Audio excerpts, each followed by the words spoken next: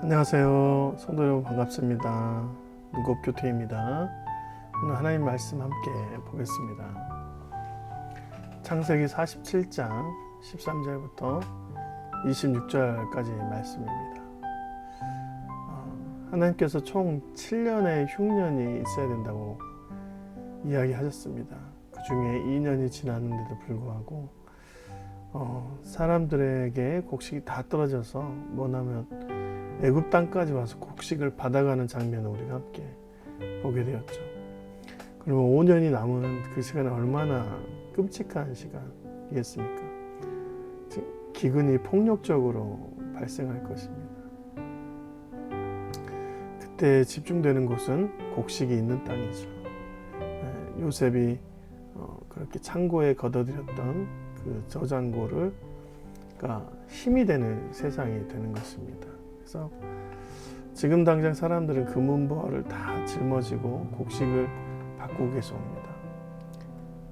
기근이 더욱 심하여 사방이 먹을 것이 없고 애굽 땅과 가나안 땅이 기근으로 황폐하니 요셉이 곡식을 팔아 애굽 땅과 가나안 땅에 있는 돈을 모두 거두어 들이고 그 돈을 바로의 공으로 가져갔다. 돈이 문제가 아니라 곡식이 더 소중한 시기입니다. 곡식이라 하면 이제 먹을 거죠. 먹을 것을 통해서 생명이 보존됩니다. 그래서 생명이 중요하죠. 생명이 중요해요. 원래 사람들은 생명을 더 가치를 더 두게 되는 것이죠. 금보다 생명입니다. 생명이 금보다 귀해요. 사탄은 우리에게 생명보다 금이라고 얘기할 때 있죠. 금이라면 생명을 해쳐도 된다고 얘기할 때마다 하지만 아닙니다. 생명이 금보다 귀합니다. 사탄은 금이라면 가족과 공동체의 갈등으로 인해서 다 끊어버려도 된다라고 거짓 메시지를 줍니다. 우리의 영혼이 황폐해지고 타락해지면 이런 말들이 들리기 시작해요. 근데 실제로 우리가 생명의 위협을 받거나 기근으로 인해 굶게 되면 금은보화는 아무런 필요가 없어요. 금을 씹어먹을 수 없기 때문이죠. 하나님께서 요셉을 통해서 금보다 더 귀한 생명의 근원을 지키게 했어요.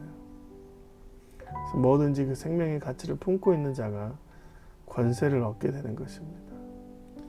이후에 이제 다 팔아 넘겨도 남는 게 없으니까 몸과 토지까지 판다 그래요. 우리가 어찌 우리의 토지와 함께 주의 목전에서 죽으리까? 우리 몸과 우리 토지를 먹을 것을 주고 사소서. 우리가 토지와 함께 바로의 종이 되리니 우리에게 종자를 주시면 우리가 살고 죽지 아니하며 토지도 황폐하게 되지 아니하리다. 몸과 토지뿐밖에 토지와 땅과 몸밖에 남지 않은 그들에게 이제 먹을 것이 없다 그래요. 실은 이들이 어리석게 했던 것이 뭐냐면 씨앗 씨종자까지도 다 먹어치운 것이죠. 정말 해서는 안 될 일입니다. 생명의 도서관처럼, 그러니까 금보다 귀한 그 씨종자를 다 먹어치워 버린 것이죠. 그래서 씨종자를 자신들에게 좀 나눠달라고 얘기를 하는 것입니다.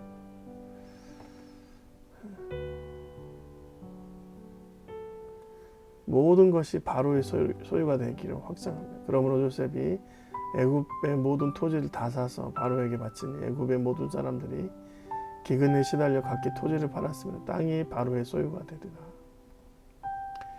요셉이 애굽 땅이 끝에서 저 끝까지의 백성을 성읍들에 옮겼으나, 그러니까 이제는 바로가 그 땅을 다 점령했어요.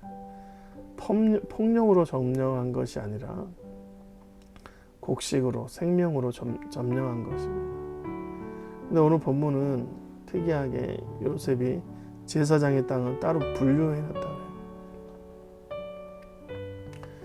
제사장들의 토지는 사지 아니하였으니 제사장들은 바로에게서 녹을 받음이라.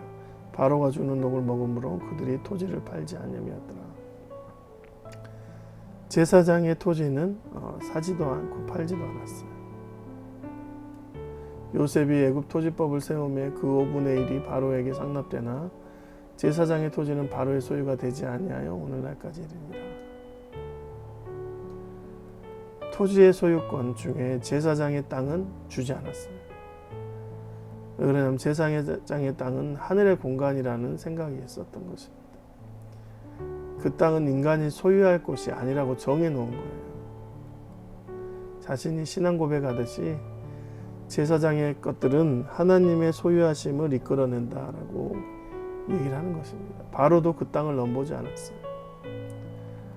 그럼 지금 이 오늘날까지 이르니라 라는 말은 지금 히브리 민족들, 이스라엘 민족들을 말하죠. 노예로 살다가 애굽 땅에서 탈출해서 광야에 있는 자들에게 전하는 서신이 창세기입니다. 하나님께서 손대시는 땅은 결국 그 땅을 넘보지 못하는 땅이 될 것이다. 애굽 왕이라 할지라도 결국 그 땅의 소유를 주장할 수 없다라고 인정해야 한다는 것입니다.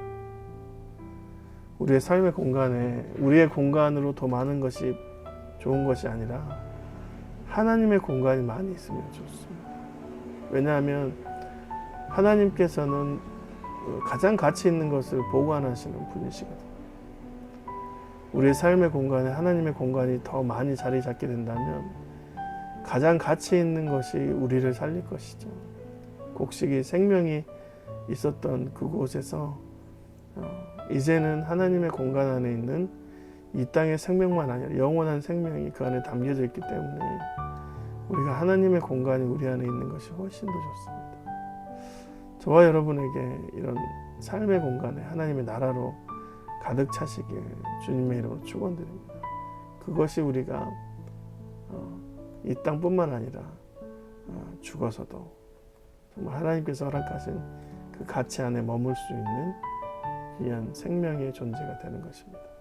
오늘도 주님과 함께 이런 귀한 일들이 일어나시길 주님의 이름으로 축원드립니다. 고맙습니다.